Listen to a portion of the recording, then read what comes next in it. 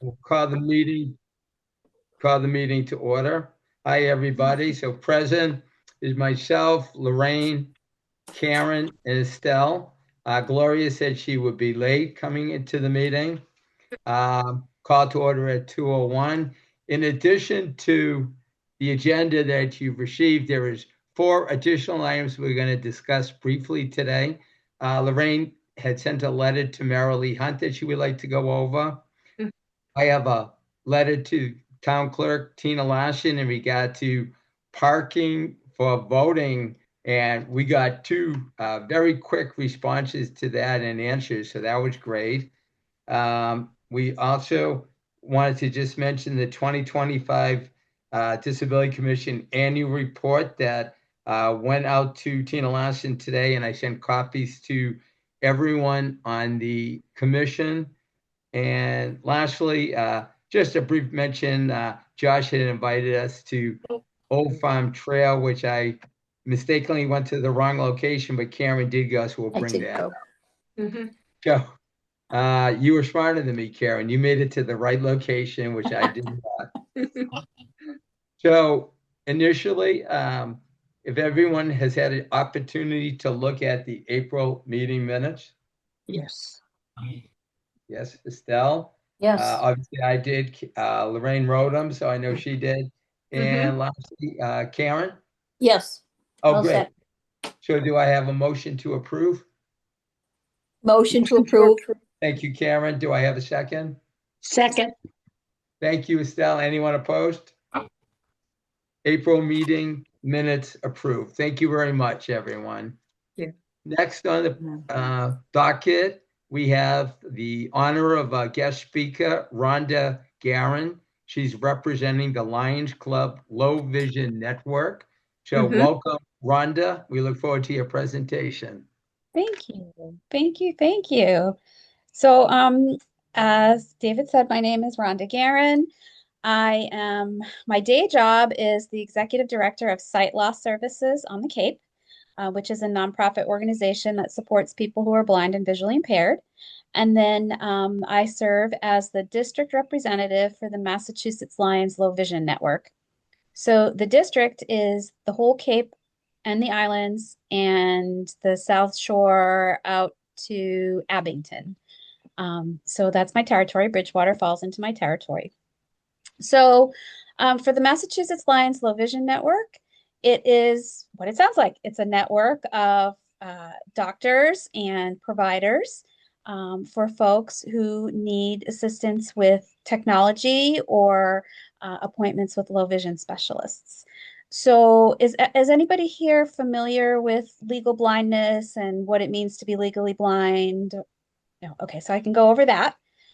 So when you are legally blind, it means that your vision is 20/200 or worse in your good eye with correction. So you can be completely blind in one eye, but if your good eye is 20/40 or 20/80, then you are not considered legally blind. And so in the state of Massachusetts, if you are not legally blind, you cannot avail yourselves of the programs and the offerings of the Massachusetts Commission for the Blind because you must be legally blind. So that is where I come in. For sight loss services on the Cape, for me, it doesn't matter if you're legally blind. It doesn't matter if you're low vision. Low vision is also a finite number here in Massachusetts. To be considered low vision, your acuity has to be 20/70 or worse in your good eye with correction.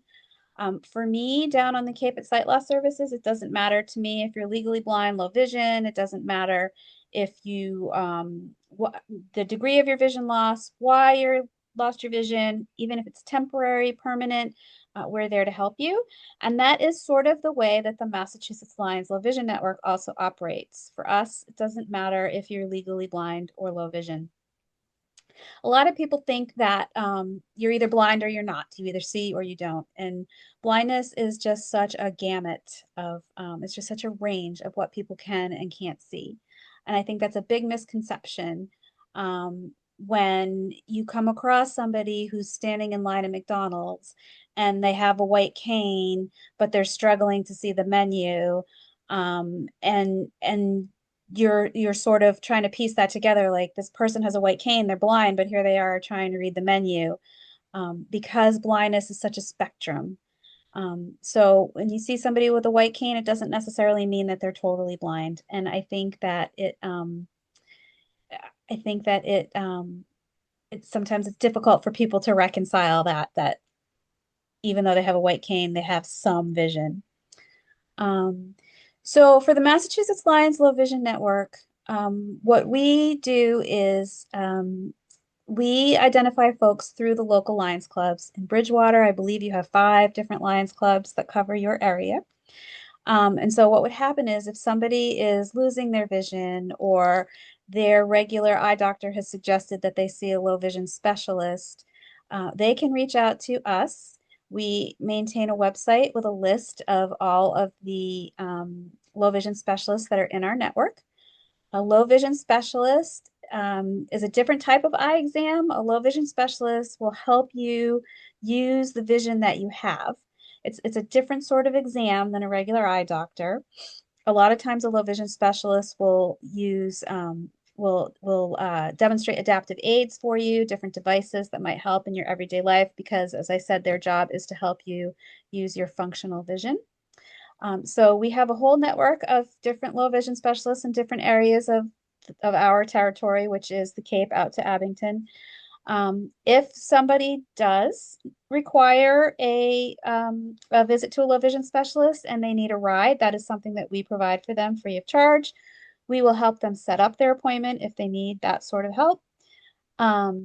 They will need to pay for their visit either through insurance or private pay or however that's handled. However, we take care of the transportation piece for them. And then any devices or anything like that would be their responsibility. That being said, the Lions Low Vision Network will help occasionally with devices as well. Devices, unfortunately, are not covered by insurance. It doesn't matter if you're legally blind, not legally blind. Insurance doesn't cover most of the devices. Some of them can be extremely, extremely expensive. With the Massachusetts Lions Low Vision Network, if the low vision specialist recommends that you have one of maybe an electronic video magnifier that maybe is around $4,000 and you can't afford that, what we do is we reach out first to the local Lions clubs and say, we have Mr. So-and-so who's in need of an EVM. It's going to be about $4,000. What can your club do to help? And the club might say, well, we can donate $500. And then I would say, okay, well, would you be able to have a fundraiser specifically for Mr. XYZ to be able to get his EVM? And they might say, okay, we'll have a spaghetti supper and it raises another $500.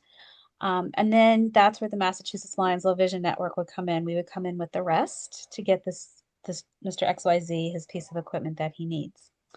There are income requirements when you go through the Mass Lions Low Vision Network. There is a form that you need to fill out. We do help with that if somebody needs help with that. And just our job here is just to help people figure out, navigate their way through low vision. Trying to do it as low cost and be as helpful as we can to the person who's in need of services. Wow. So Good then, challenge. yeah, so sight loss services, while we're Cape based, so why I got involved with the Lions Low Vision Network was because people would call the sight loss services office, and if you're not from the Cape, I can't help you. So that's why I got involved with the Lions Low Vision Network, because that allowed me to help people off Cape. So when I got that call to the sight loss services office, I could say, well, I can't help you through sight loss services, but I can help you through the Lions Low Vision Network. That's changed a little bit. Some people that I've met through the Lions Low Vision Network, there's nothing quite like sight loss services available that I know of anywhere. So I did get permission from the board of directors of sight loss services to see folks from off Cape. They do have to travel down to our offices in Dennis. That's where we have our resource room with all of our devices, all of our adaptive aids. And so they can come down, they can try adaptive aids. The one thing that I don't do for the off-Cape residents at Site Loss Services is I don't give away equipment. That's one thing that I will only do for off-Cape residents through the Lions Low Vision Network. But maybe someday that will change. But for now, we're happy to see off-Cape residents. We just can't give them a lot of equipment. I'll sneak a small piece of equipment to an off-Cape resident, but Yeah. but yeah. And so in Site Loss Services, we don't charge anything for anything that we do. We don't try to bill insurance. Ours is completely free to the client, which makes it a little different from, I don't know if you're familiar with Massachusetts Association for the Blind and Visually Impaired. They will bill your insurance, and they are also private pay if you need services from them. So they are somebody who I will refer people to if they're not legally blind yet and they need some sort of services. So, for instance, I have folks who are preemptively wanting to learn how to use a cane before they become totally blind or legally blind. And the Massachusetts Commission for the Blind will not send an orientation and mobility counselor down to help you with that until you are legally blind. So that's where MAPV comes in. And so MAPV, you don't have to be legally blind. You just have to be able to, maybe you do have insurance that might cover something, or you need to private pay them. That being said, I just got a call from MAPV. They do not have orientation and mobility counselors or rehabilitation specialists available for the Cape at the moment. So kind of on my own down here for the Cape, but Wow. yeah, which is difficult because I do get a lot of requests from people wanting to learn how to use a cane before they need to use the cane, and yeah, so it's sort of disappointing that MAPV is not able to cover the Cape at the moment, but we'll figure it out. Mm-hmm. But yeah, so that's in a nutshell what I'm doing with Mass Lions Low Vision Network and Sight Loss Services. And if you have any questions, or is there something else that you would like me to go into, I'm happy to go into. Well, thank you for all you do, Rhonda, because there seems to be a niche of not a lot of organizations for people to go to for this kind of service. Going back many years, my mom's been gone about 10 years, but she was legally blind from macular degeneration. And I know she went through Old Colony and Brockton, and I don't know who they work with, but they provided like a phone with button we could program in. My number was first, my sister was second. They gave us dots that I could put on the microwave so she could push, just that dot to know what to microwave and things like that. And they did a lot of great things, and it sounds like you do very, very similar. And if you're legally blind, you get all of that from the state of Massachusetts. But if you're not yet legally blind, you're on your own. So that's where I come in. That's a big, that's something. Yeah. Thank you. Yeah. Any questions for, Yes. any questions, anyone? Yep, David? Yes, Lorraine. Well, first of all, thank you, Rhonda. It's nice connecting with you. I received your name through Diane Sears. Obviously, I'm very familiar with the Academy Lions and the Bridgewater Lions, and they're so active. And obviously, I was always under the impression of, the big piece is the Mass Lions Eye Research. Yes. So I was thinking more in those terms, and I had mentioned to Diane about maybe having some kind of presentation regarding that. And she had mentioned the work that you do, the Low Vision Network. And I said, oh my, I wasn't even aware that there was a Low Vision Network, down the Cape, and all the work that you do. And I just think it's absolutely amazing. There is so much that you do. So I want to thank you again for just helping people navigate through all of that, and really providing a great resource for them.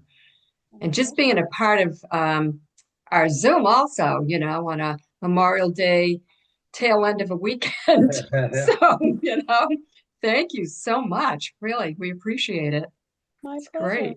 Does anyone else have questions? Okay. Well, thank you so much, Rhonda, for your presentation. It was very interesting and gave us a lot of information and a resource, which is very important. Yes. So thank you. Yeah. And to just say the same thing as Lorraine, we are coming off the tail end of a holiday weekend, and thank you so much for providing your time and your information. We really appreciate it. Absolutely. If you come across somebody who needs any sorts of services, reach out to one of your Bridgewater Lions clubs and they'll get to me. Oh, we definitely will. Absolutely. Yeah. Thank you again for your time and all you do. Thank you. Thank you. Thank you. Take care. Take care. Yeah. Bye-bye. Bye.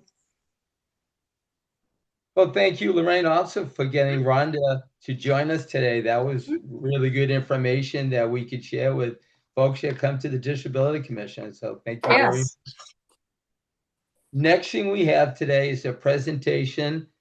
Josh asked to be on the agenda today with Kaylin Beardsley to discuss upcoming ADA project and planning grants that will be applied for. So Josh and Kaylin, the floor is yours. Thank you all. Thank you for your time. I'm here with Caitlin Beardsley. She's my colleague in the town manager's office.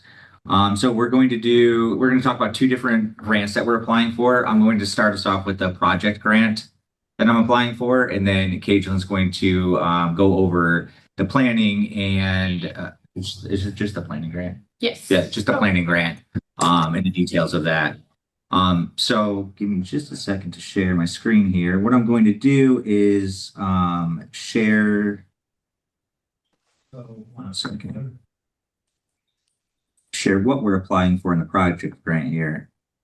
So from the ADA self-evaluation and transition plan that was distributed, this is on page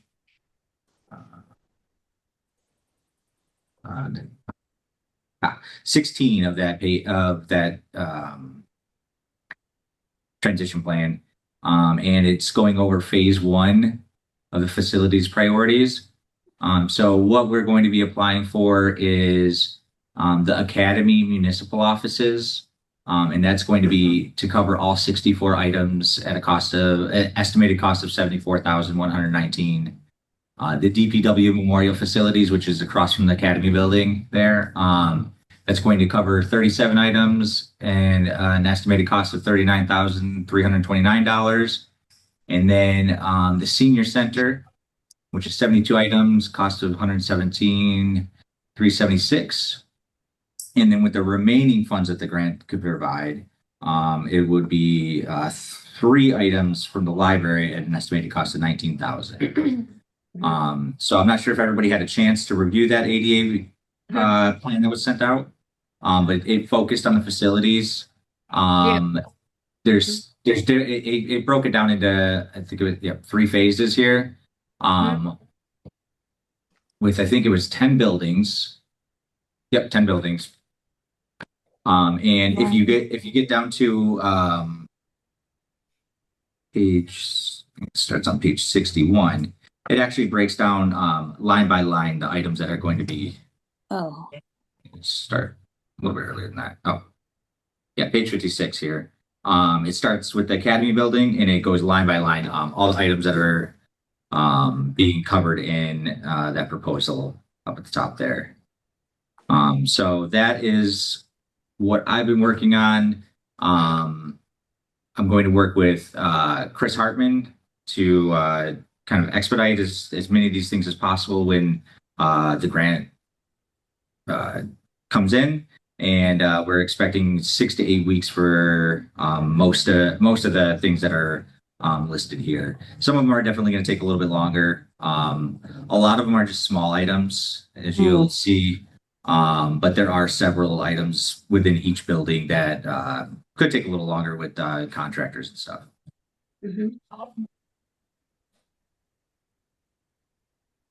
I was just going to give everybody just a second. Yep. And then I'm not sure if anybody had any questions. I have a quick question, Josh. Yes. I have a quick question. So if you apply for this grant, and obviously it is phase 1, would you be receiving, if you receive funding, is it in like a lump sum then, and you just work off of that for each area? Is that how it works, or? Well, when we submit this, yes. So it's for a maximum amount of $250,000, and that's for the project grant. And the grant that Cageland is applying for is also for 250,000. So we are asking for the maximum amount. Okay. And when we submit this, there is the stipulations when it comes to the grant. So we will have to address what they have approved. So for like Oh. the center, we will have to take out Yep. 117,000 of that and try Yes. to address as many of these as we can. Obviously, some of the costs are going to decrease because there are so many items on here and with cost of supply, Right. things like that. But yeah, there will be, guidelines for how the money is spent. It's not just something we'll get 250,000 for and be able to start at the top. Right. Right. Hey, Josh, I had Okay. a quick question. I noticed on the top line, it says phase one fiscal year 2026 to 2030. Why is there such a 20 years for that? That's essentially giving the goal of getting these taken care of. Okay. And I mean, we do understand that they are things that need to be addressed immediately, and we are working towards that. There's work going on in the library right now, and we're trying to we're exploring every option possible. So with this ADA grant, through CPC funding, things like that. So we are actively working on these different pieces. Obviously, if it's a crumbling handrail or something that reaches the top priority for our facilities director, and try to get those taken care of immediately. And if we do get approved for the grant, it usually takes between 3 to 6 months to get approval. If we need to take care of something, then we'll take care of it now and not wait. We're not going to be waiting for the grant, essentially. But then we can just, if we are awarded the money, put it back in the coffers. Okay. So Any other- obviously, phase one is the priority phase. In other words. Yes. Yeah. Yes. Especially because of the foot traffic, I think is a part of it. Yes. Okay. You're not getting as much foot traffic in the water treatment plant, which is phase No. So yeah, Anyone have any other it's questions just for Josh? No, this is great. This is excellent. yeah, we're very excited about it. Good. Oh, Yes. yeah. Mhm. Well, thank you. Yeah, that's great. Thank you. Okay. Go ahead, Paige. Great. Thank you so much for having me. My name is Cageland. As Josh said, I work in the town manager's office. One of the main concerns within the town manager's office, as well as others, is the downtown area. So my plan is to apply for a planning grant for the downtown sidewalks and crosswalks to create a more accessible environment in our downtown area. So the planning grant will allow us to have an analysis, as Josh just shared with you, that had to do with our facilities. The analysis will be of our downtown area and the sidewalks and the crosswalks. And what that does is give us actionable steps in order to make a more accessible downtown area, which is necessary in order to then later apply for a project grant such as Josh is doing this year. Hopefully within the next year, we'll be able to apply for a project grant if we're able to complete this, or if we're accepted for this planning grant and can create the transition plan for the downtown area. We will be asking for the maximum amount of 250,000. And this would include things such as hopefully establishing more parking downtown for handicap, rapid flashing beacons, vision impaired, crosswalk assistance, and things of that nature, as well as addressing some of the unevenness in our sidewalks and, just all over creating a more accessible downtown. So those are the things that in our self-evaluation, we've noticed. Obviously, the analysis done by professionals would most likely uncover more. So basically, Josh and I are applying for there are two prongs of the same grant. So he's applying for the project grant, and I'm applying for the planning grant that will lead to the project grant. It's a necessary step in order to for our downtown area to be more accessible. Okay. When do you need to have this all put together so that you could apply next year? Is there a cutoff date? So the planning grant for this year is due by June 12th. And then we will need, obviously, to implement this plan, and it will need to go out to bid.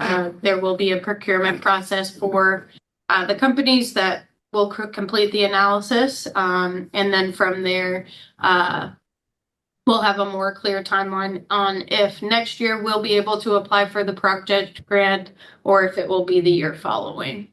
Mhm. It all depends on whether we're accepted for this planning grant. David, Yeah. I think this is something that we would want to follow closely too, because obviously this has been what we're all about, the Disability Commission of the crosswalks, the sidewalks, all of that. That's a whole big piece. I mean, everybody in town, that's what everybody's talking about. But I think this really affects our ability also, for what we're working on. So if you could continue to keep us posted on where you're at, and, when you hear, and what the outcome is, that's really important for us. Yeah, and one important aspect of it that we're coming to the Disability Commission today for is we would like to gather 2 letters of support from you guys, one for the project grant and one for the planning grant. And we would just need that by, if possible, I would say June 8th for our deadline of June 12th. That would be, can submit those letters along with it. Josh, I'd be happy from the Disability Commission to do that. Could you write like a couple of lines and send to me of what you're looking for, so I would include the correct information that you're looking for into the letters of support? Yeah, absolutely. That And then sounds, that will make it a lot more feasible for me to do. Okay, yeah, that sounds great. thank you. Step in the right direction. No, definitely. In Yeah. fact, you're right, Lorraine. Everyone, that's the number one complaint, Yeah. the sidewalks and ability Mhm. to get around downtown. So, good. Any Yeah. other questions for Kajolyn? Okay, well, thank you very much. That was very informational. Absolutely. I did just, if I'm not sure if this will go with the agenda, but I do have some more information on the Old State Town Farm Trail, if you guys were interested in hearing on how that Yes, please. ADA compliant. So I submitted the phase 4 of the grant application to the Mass Trails grant. And this trail is considered, or our hope is for it to be considered, an all people's trail that allows for 35 inches of trails so that it is wheelchair accessible, as well as including bump outs where potentially 2 wheelchairs could cross one another and one could move to the side safely. It will also have vision impaired accessible features within the trail that BSU students are working closely on, as far as story maps that will be recorded live and things like that. It's all still in the works, but I just wanted to provide some information on that and what our plan was. It was applied for as an ADA compliant grant and trail. So I had gone for the walk that took place a couple of weeks ago, and then the one today you were invited on. Although I will say the trail it hasn't been completed yet. It's very bushy. Karen knows, she saw it today. Yeah. It's not a trail yet, but our hope Very is that experienced hikers were there. yes, yes. Experienced. Yeah, it's a lot of bush whacking and briars right now, but it's a really great opportunity to create accessible opportunities in Bridgewater. So we're really excited about that and hopeful to gain that grant. We should know hopefully sometime in June whether we've been accepted for the Mass Trails grant. And I will obviously keep you guys informed on that as well. We will be looking for volunteers and things like that, and a lot of, marketing for this trail as we, a lot of it will be volunteer work and clearing and things like that. So if you or anyone you know would be interested in that phase, we definitely welcome all hands on deck. So if you guys have any questions about that going forward, I'd be happy to answer any questions or provide any insight. Yeah, I just wanted to share that while I had the opportunity. We appreciate it, Kajalyn. Would you be able to just keep us informed as it goes along of, how it's progressing? Also, if you get the money, the grant money, would it start this year or would it be next year? When would the work get started on it? So we're hoping that to get the grant, we'll find out in June, and then work would be continued or would start on this phase of the trail this fall. This is actually the third phase or the fourth and final phase of this trail. So it's been in the works for quite some time. So we're hoping that this final phase will begin work in the fall. And then it'll just depend on how fast we can all get out there with our clippers and clip down the trail. So. Okay. Mm-hmm. But yes, David, excuse me. Lorraine.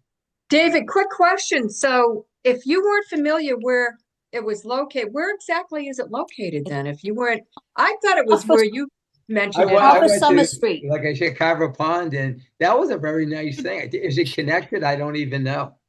No, it's off of Summer Street. You go past the additional parking lot for the soccer fields. Yes. It's the prison area. It's going down I was Summer way Street. off. Okay. Yeah, you're a little, yeah. Oh. And there's two entrances, and it's nice to see that the parking lots are cleared and gravelled so people can park there now. And it's posted. I saw it the other day. I wouldn't have known it, except I was going down Summer Street the other day, and I said, "Oh, I think that's where I have to go." It's quite ambitious. I'm going to be excited to see it. 1.8 miles of trail, but they're starting on the more accessible part with the boardwalk, the bridges over the streams, and it's going to be the way they explain. It's very accessible, and they have some pretty dedicated volunteers out there this morning, and they were in full gear, ready to hike. Wow, that's great. Wow. And thank you. yeah, and they were coming from all over, all the different agencies. So and the head of it is Kitty Doherty. Oh, and yeah. How long has she been around doing Right. conservation in the town? Yeah. Yeah. So. Oh, thank you, Karen. Anyone else? Any other comments, questions, or anything? It was nice to receive the invitation. I'm sorry I wasn't able to make it today, but it was very nice that we were included in the invitation.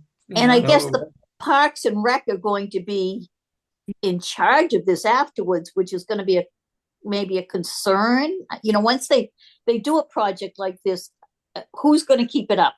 Who's going to make sure that, so there's got to be a commitment from the Park and Rec, I guess, department to make sure that, or a volunteer group, maybe, the Osamaquin Club or the Garden Club or the walking club that Jean Garino has from the senior center. That would be a good place for them to be involved in. Walking club. Yeah, I have a question that kind of goes with that. The town just redid the Styles Heart. It made that I don't know where that is. accessible and a lovely walkway. Who takes care of that currently? Is that the Parks and Recreation? Yeah, is that the one on 18? We just had a tree that was down, and Jim went out there. Jim with Parks and Rec went out there and cut it down, cut it back, and everything. So he's got his work cut out for him right now. So adding one more trail I'm sure he'll enjoy his time out in the wilderness. Yeah. And please feel free, all of those communities you mentioned, please feel free to pass along my information so I can connect them and potentially for volunteer opportunities. It is the Parks and Rec's responsibility to keep it maintained, but as citizens. Yeah. It's all of our responsibility as well and stewards. So, the more many hands make for light work. So hopefully we can all join together for that. Great. Thank you. Thank you. Thank you very much. And it was very kind of nice to kind of meet you on the Zoom call today. And hopefully we'll Yes. see more of you. Thank you for all the information. Yes, absolutely. Thank you for having me. Mhm. To go off script, guys, just a little bit. Lorraine had written a letter to Marilee Hunt. If you want to go over that, Lorraine. Okay. Let me find that real quickly. Okay, so with Marilee, I had told her, I had mentioned to her that we did a short outreach program at the Housing Authority, the Disabilities Commission. And I said it was also a great opportunity to be able to kind of gauge their thoughts on, I did like a little mini survey and their thoughts on what's going on. So I did a short survey. This is what I emailed to her. I did a short survey to ascertain how many seniors in the audience were knowledgeable about the town council, town website, and how to even view a live town council meeting. No one knew. How to view the live meetings that, in addition to YouTube, you can also view the meetings on channel 22. If you have cable, that needs to be announced. They never mention that. If you have cable, you can watch it on channel 22. Many are not on Facebook, therefore they felt that there was limited communication from town government to residents. There's a lot obviously out there on Facebook, and not everybody is on it. No. I just go on it very, very sparingly just to get information. So that's a problem. Those who did try to access the town website said that it was extremely difficult to navigate. And I said, I agree with them. I know they did over the town website, but it still seems to be, I would say, really not user-friendly in a sense. I know they've tried to change it around, here and there. And even when I work for the municipality, and it probably is a work in progress, but I don't know. I think it's even tougher now. I don't know how you guys feel trying to jump on the town website and trying to gather information, Not easy. Right? Yeah. It's Yeah. not easy. No, not easy at all. So they mentioned that to me. One resident said it was so difficult trying to get in and out of the diagonal parking spots in Central Square, as we all know, trying to back up or get in or whatever. Once you pull in, trying to back up with traffic flowing and nobody wants to stop for you to let someone out. She said she stopped going to the library because that was kind of where she had to park, and there was no parking in the library, and the parking lot was always full. So I told the group today that I would reach out to one of the town councilors because they asked me to do that and to address their concerns. So I sent all of this to Marilee Kenny Hunt, and she said she would definitely look into all of this because her feeling is we need to figure out some ways for better inclusion, she said, for everybody. Right. Communication's a big issue also. So I just wanted to let you know that, having that having these community outreach programs are very important. So it was nice to have that opportunity to kind of do a little mini survey there. Thank you, Lorraine. Thank you for Yeah. reaching out to Marilee and following up with this. That's good for the town.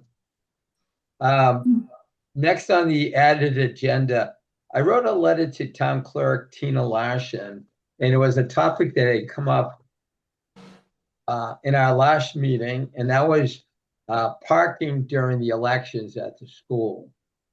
And we had multiple people that complained. So here's a letter to Tina. During the most recent town election, voter turnout for town councilors was only about 11%.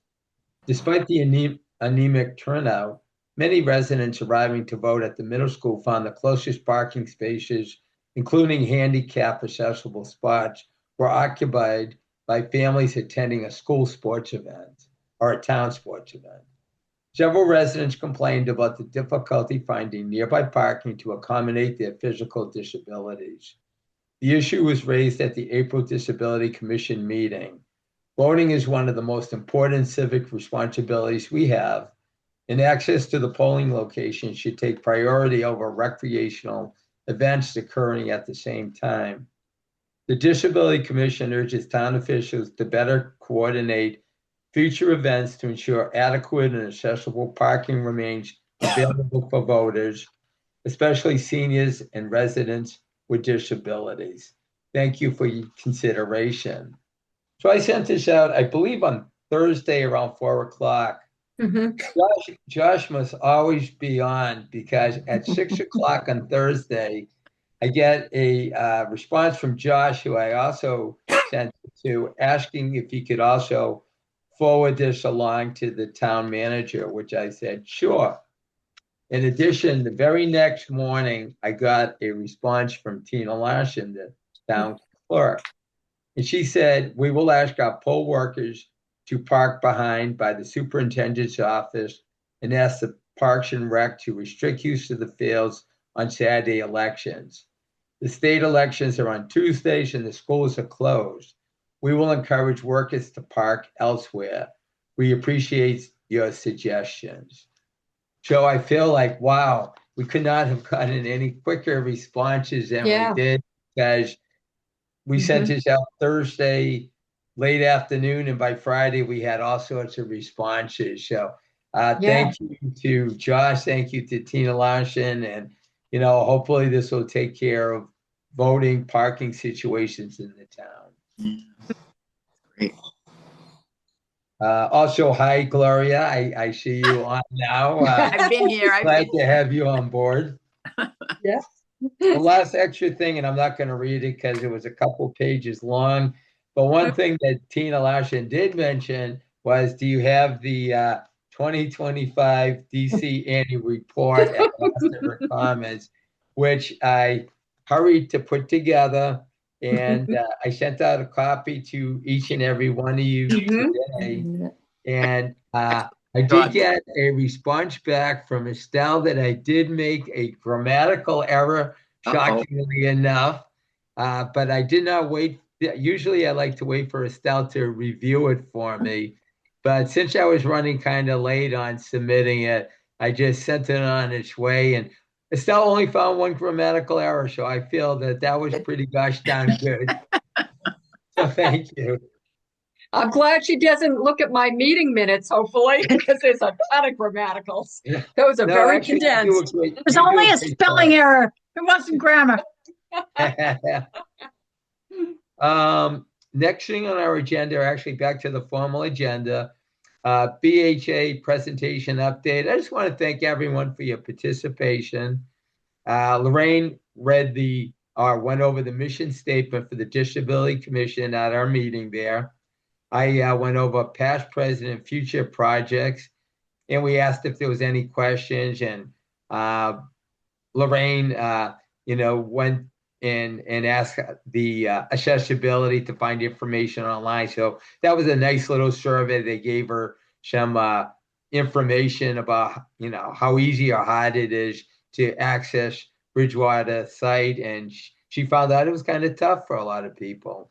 Also, Estelle and Karen and provided refreshments, Gloria, gift cards. Everyone did a great job. And, this is a nice thing to get us out there, maybe a little more promoting. We didn't have quite as many people as we've had in past presentations. So, maybe, and I know they did send out a Flyer. A flyer. Thank you. And so, it was a little advertising, but maybe a little more going forward. Next thing on the agenda is actually Karen. She set up for us High Pond Estates presentation in September. Karen, it's all you. Yep. We will be on their agenda September 2nd. It's a Wednesday. And probably do the same thing. I haven't really gone on any details except to ask them for 10 to 15 minutes. And we said we'd get back to them in August. So hopefully you people can do that. date. And what time frame are we looking at? I want to say 6 o'clock. Okay, we have some time. And Yeah. also, are we like the beginning before bingo or something, or what are they doing that? I don't know. No, I think, I haven't gone into any details with No, it. that's fine. So, I will, matter of fact, I'm going to start playing bocce over there. And the same guy. I went to a meeting the other night, and the president of the bocce group is Yeah. also president of the High Pond Association. And he Ah. was announcing new members. And I was sitting there, and he said, it was a long story how I met this gentleman. And it was at a funeral, and neither one of us knew each other, but we ended up sitting next to each other. And anyway, he put me on the spot, and he said that, this is Karen Kelleher. She's from the Disability Commission. He hands me the microphone Oh, boy. Oh, boy. in front of everybody. That's not me at all. So I had to kind of explain about the Disability Commission, why we wanted to come and attend. And people seemed to, I didn't get into the, we'll have Dunkin' Donuts gift cards, or we'll do something sweets, or Yeah. I didn't get into any of that. But anyway, it's September 2nd. I don't know if that's Labor Day weekend. I don't think so. Labor Right? Day That's the weekend is weekend. late. It's the 6th or something. It's Yeah, very, very late. Oh, Yeah. wow. So So we'll it's do it on the before, 2nd, and I'll get more details. I'll talk to Okay. him, in the next week or two. Okay, well, that's Yeah. kind of a lot of information for May for September. So thank you for Yeah. that. When we did the similar presentation at Stone Meadow, and they were having a Yeah. monthly meeting or whatever, we had a great turnout. Well, that's what I'm hoping this is, because he said in front of everybody, he said, we're going to open it to the whole community. Okay, great. So I'm assuming it's going to be at that meeting when the whole community goes. Okay. Okay, that sounds wonderful. Any Yeah. questions for Karen at all? No, And thank you, Karen. if we advertise it with Dunkin' Donuts gift cards and sweets, I'm sure we'll get. They will I'm come. sure we'll get people. Right. They Yeah. will come. You know Yeah. what, Karen, when we did this at Stone Meadow, and I didn't We think didn't they would be so excited. We had those $5 Dunkin' Donut gift cards, but there was a lot of excitement about Yeah. That's Yeah. what I'm saying. That'll bring them in. I guarantee it. that. You know what they do that's really is unique over there? I haven't heard it anywhere else. I don't know. But if you are 90 and living in High Pond, you don't pay for anything. I mean, you pay your Yeah. your HOA. Right. Yeah. But none of the dinners, the spaghetti dinners, the banquets, anything that there is a charge. If you're 90 and above, you don't pay. I think that's awesome. Nice. That Yeah. is a nice perk. It's Yeah. all free. Yeah. Yeah. Yeah. Yep. It's all You free. don't- Lenore Diamond told me all about it. Oh, okay. Well, there's Yeah. our perk for getting older. Yeah. You get free Yeah. spaghetti dinner at High Pond. High Pond Yep. spaghetti dinners. Yeah. Yeah. All right. Yeah. Okay, we'll get more into that as the months progress. Yeah. Next okay. thing, it was just on our last meeting, we talked more in depth about the winter summer storm preparation, which will be ongoing. I was at a triad meeting Mhm. that our beloved Lorraine always has once a month, and they talked a little bit about what to do for emergencies, and someone brought up the possibility of in-window signs, which in a meeting I had gone at the senior center, they said the same thing, and just kind of need help or something. But there was as many cons when we talked about it at Triad, Lorraine, as there was pros, because people were fearful that someone could use that as a sign that there was an old and infirm person there needing To help. target So, them. yeah, Yes. so maybe that's not a great idea. And at Triad, one thing that you guys mentioned that I thought was Yeah. good to bring up here, you had talked about maybe doing like sponsoring flashlights or something for Yeah. people that were at risk. Mm-hmm. Yeah. So that could be a good idea. Yeah. But David, Yeah. people like me, nobody would see it anyway. I'm so far back. Well, that's what they said too. Yeah. So yeah, Yeah, I mean, a you lot have of to us be, are way back. And my neighbor that the Chapin, they're even further back than I am. So no Right. one would see them. I would see them. And I Right, couldn't get to them because they're even further behind than I am. and at So the there Triad are a meeting, lot of these houses now that are way, Mhm. way way back. behind other Yeah. houses. That's my house is way back. Yeah. Like I Yeah. live on a corner of two streets. So if I put something in my window, you would see it, but not very many people are Oh. that visible like that. And you're right. And that came up at the Triad meeting also. Yeah. That came up, this issue came up at the Senior Center and Triad. We brought it up. So it's something to keep our finger on the pulse as we go forward, because there's a lot of people that suffered, during this storm season. Yeah. And we maybe have some preparations in place when we come into the next storm season. Yeah, I was Yeah. thinking more like a phone call or something after a big storm, if we had a phone list of people that you Mhm. don't see. Mhm. And You know, that's a like great idea, Lorraine and Rochelle. I, and Yeah. if we could register our phones and just say, give us a call, just to That's a see if great we're idea. okay. The only Yeah. negative I'm going to say, it's always the same people that are involved. Like you're involved as a senior center, you're highly visible. And I think a lot of the people that we're most concerned from, and there's a couple that I deliver Meals on Wheels to, they're kind of isolated. They don't, get to the senior center very often. They don't know people to get on the list. We'd almost have to, ask them, push them to get on a list, because from the senior center or whatever, they don't just go after every older person in Bridgewater. So I'm not sure how we would do that. Maybe through Meals on Wheels, we could put a flyer in saying that, That's a good idea. we have this available to you. And if you got stranded, this is a way that you could be assured that you would be contacted if you needed help. That's a good idea for people that are involved in Meals on Wheels. That's, certainly one way to get to some people. It might be one way to reach them. Yeah, that's a good idea. Anyone else want to bring up anything now, or just food for thought as we go forward? Food No, for I thought. think it's Now's a also good time to important. do it because Yeah. No, it's you're hot. right. But it's also important, obviously, connecting with the two chiefs, Chief Schlatt's, the fire That's department, what and I was then thinking. The fire Chris Del department and the Monte. police department, Yes, they the know. police department. So You I know how think Alan's been falling and things? Right. They know people who are having things happen in their homes that Yeah. might not call all the time. Right. I think this is maybe something that, in addition to our Disabilities Commission, we could obviously Triad will jump on it, Good. and we can reach out to the two chiefs and just get their recommendations on how, they're able to notify people that are in need during these weather-related emergencies. It's so important. So we need their input on that. Yeah. We were talking to Kathy at Triad, and we were saying about how we used to have there was a database or like a list that the fire department had with people who were on oxygen or had mobility issues or whatever. And I don't know what happened with that, if they still have that. So I think it's a way we can reach out.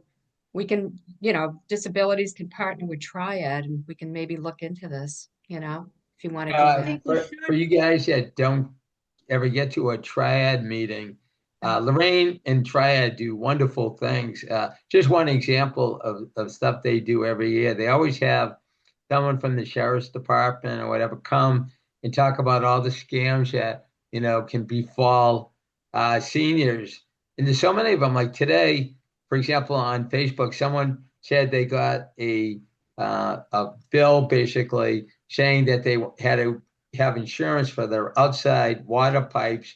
If not, that they'd be responsible for them. And that's a scam. And my in-laws always leave that for me every single week on which they get this. And they think it's something very important. And if I didn't do the bills, they would definitely send a check to them to protect their outdoor water pipes, which this is a different town than us, and they don't need protecting. They're not responsible for it. But there's a lot of that kind of stuff out there. And Triad does so much good for the community. So, it's a good group to visit when they're having meetings. I think you guys all are We all aware go. of the recent scam with I We're all got the the ones same that letter, go. David. Mike. Mike is I'm not talking I giving got me the a same letter. he's not giving me a party. That punch bowl. I got He the is same not- letter, David, and I don't even have, I have a well. You know. But that scam, punch bowl scam, oh, I felt horrible. I mean, some people opened it up. I mean, it didn't take them anywhere, but Well, that was I mean, fortunate. though. you Yeah. know, so yeah, even if it's the phishing scams, that's what they call them. It Yeah. looked Yeah. real. Yeah, I it mean, does. people that we hadn't heard from in ages contact me or contacted Mike and said, "Oh, are you giving Lorraine a party? Can you let us know the details? Because we didn't open up the Evite." And Mike goes, "No, it's not real," you know. And it went to all the women's club members, and some are upset with me. I don't know why. It wasn't my I don't know why fault. they I got didn't, you upset. know. It No, has very nothing to do upset. with you, Lorraine. Yeah, no, a certain person was very mad. So, yeah, but You know, it's funny yeah. because there's so many of them out there. There's a woman I still have her as a Facebook friend. She used to be in charge of Literacy Place. She's the one that initiated that. She's 97 years old now. I'm not going to Oh. mention the name, but anyways, Mm.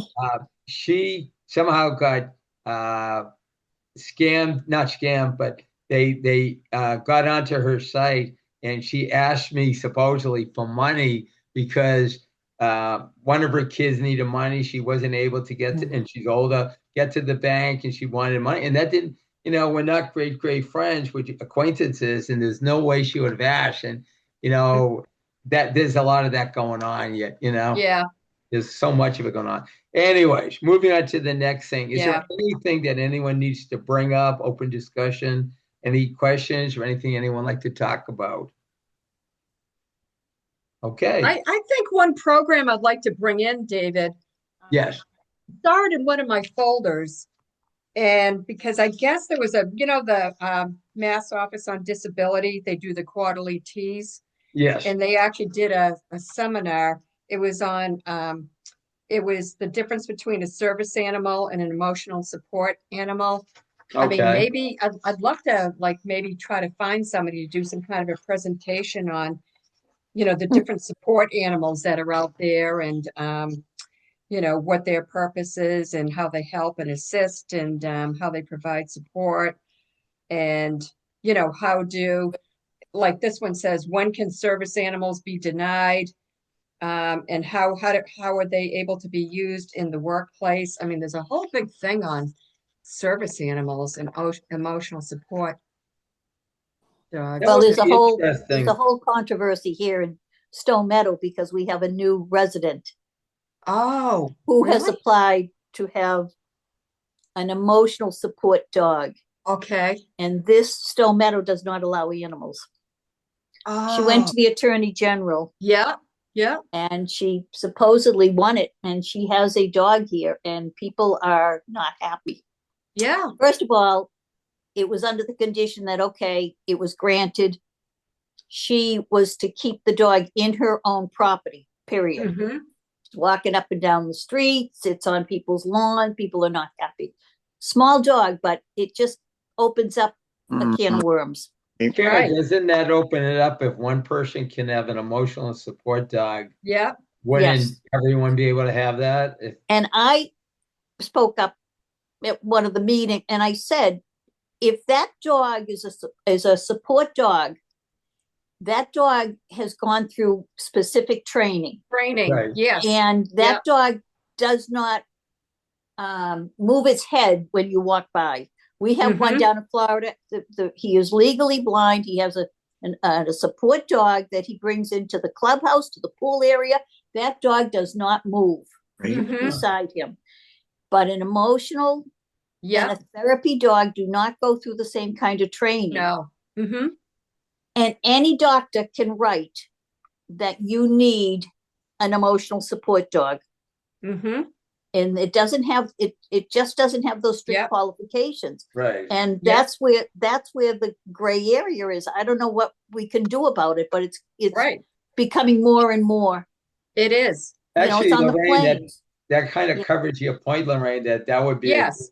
discussion And also when you go to restaurants or different places like that, sometimes you see signs about they only accept, now I'm not sure, is it the service or the emotional? It must be the service animals they only The accept. service animals allowed in. Service. Yeah. Service But Yeah. animals are allowed anybody in. puts a little vest. You can buy those vests that says You I'm a can. service animal. Right. Yeah, You yeah, can. It's yeah. yeah. So I'm- I mean that's a big issue, and I think I'd like to delve into that and maybe something for the fall. That I would be a could try good to fall seek out program. a presenter or presenters that can actually, do a Yeah. program for us I'm about the wondering if maybe differences. we need you know? an attorney to come and talk to us because that's a legal They- issue. she did go through with the attorney. She Yeah. went to the attorney general. Yep. And she fought. I know Arthur Wyman said no at first, but then he had to give in. But Actually, I think federal rules and mass rules are different. That's Yeah. another issue Yep. that, federal, housing laws are Mhm. different in Right. terms of those. Mass housing laws may be more laxed. So there's a difference there. I wonder I if don't know that's what she- why we see dogs in supermarkets now. right, it is. And actually, Estelle, if you were to get someone like Lorraine wants to do to speak to what the difference between the two, Mhm. they might have the basic legal information also Yeah. to explain it to us. And I think that's probably all we would need is, the basic differences, what's legal here in Massachusetts and what's not. And maybe they would be able to cover it for us. You think the town attorney would know that? I think don't know, but specific. I I don't know. yeah, I think what I'd like to do is I really want to delve into it, and I'll do my homework and I'll try to find someone. I mean, even starting with the Mass Office on Disability, because they're the ones that did this webinar Right. that I Okay. wasn't, I Okay. noticed it in my file folder. It was like a year and a half ago they did something, Wow. So maybe try to delve into it and maybe do something in the fall, because I think it's really a very, very important topic. Like you said, that's become very prevalent now, Yes, Yeah. it is. everywhere. I know it bothers me when I'm in the supermarket to see Yeah. dogs walking around and Uh, in the carts and carriages. everything. Yeah. Okay, that's good. Well, hopefully we'll have that for the fall. Yeah. Any other questions, comments, or anything anyone would like to bring up? So the date of the next meeting, hopefully everyone is available, June 30th at Okay. 2 p.m. on Zoom. I'm always available, David. I don't go anywhere. Me too, usually. Yeah. What does that mean, Estelle? We don't have lives or what? It means I have a husband who doesn't go anywhere. So June 30th at 2 o'clock. Okay. Okay, I am going to motion to adjourn. Do I have a first motion? Right here, you have your motion to adjourn. Thank you, I second Gloria. Who said second? I'm sorry. Estelle? Oh, Estelle, Yep. thank you. Okay. Thank you, Excellent. everyone. I think this was a good meeting. Thank you very much, Josh, for all the information you Thanks, provided. Yeah, thank you. And we are adjourned, everyone. Have a great All right. day. Enjoy the rest of the day. All Yeah. right, be You well, too. everyone. Bye, everybody. Bye. Take care. Yeah, bye, Josh.